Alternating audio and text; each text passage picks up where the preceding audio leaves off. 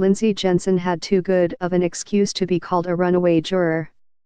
On the day she was picked to decide a case, Lindsay went home to Bayview and then, whammo, into labor.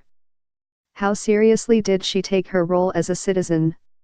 In the midst of her contractions at the hospital, she set an alarm for 8 in the morning so her boyfriend, Sam Mason, could call the jury management office to report the emergency. "I didn't want to just not show up," she told me. Lindsay and Sam's daughter, Tilden Jean, was born at 10:16 a.m. on December 6. This story begins the afternoon of December 5 when Lindsay, 31, obeyed her summons and reported to Milwaukee County Children's Court. She and a couple dozen other prospective jurors headed to the courtroom of Circuit Judge Christopher Foley. He saw how pregnant she looked and asked about it. She assured me her due date was several weeks away.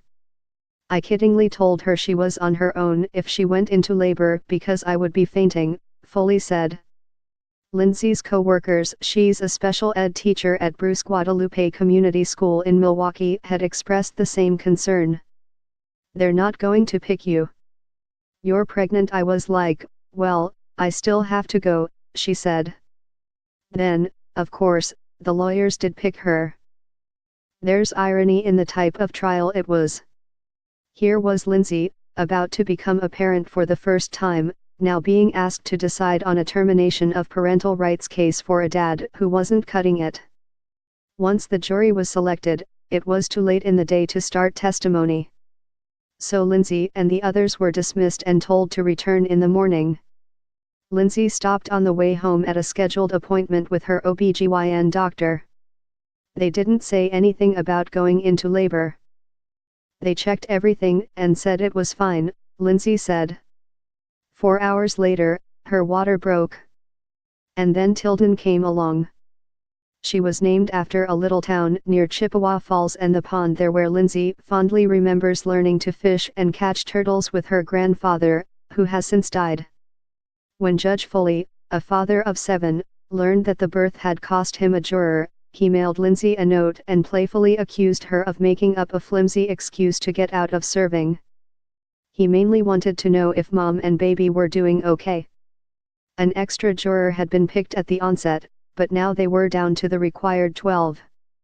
Adding to the drama, on the last day of the trial, one of the jurors overslept by an hour and finally woke to find many messages from the court on his phone. He rushed to the courtroom, averting a mistrial. "Once my blood pressure came down from stroke level, we had some fun teasing him, too," Foley said. A couple weeks later, Foley received a note from Lindsay and 2 photos of her baby, who was just under 5 pounds at birth and now is up to 6. She shared the timetable of how it all went down and expressed relief that the courtroom had not become a delivery room. Foley sent copies to Lindsay's fellow jurors, congratulating them on their surrogate godparent status. Contact Jim Stingl at 414-224-2017 or jstingl@juniorn.com. Connect with my public page at facebook.com/journalist.jimstingl.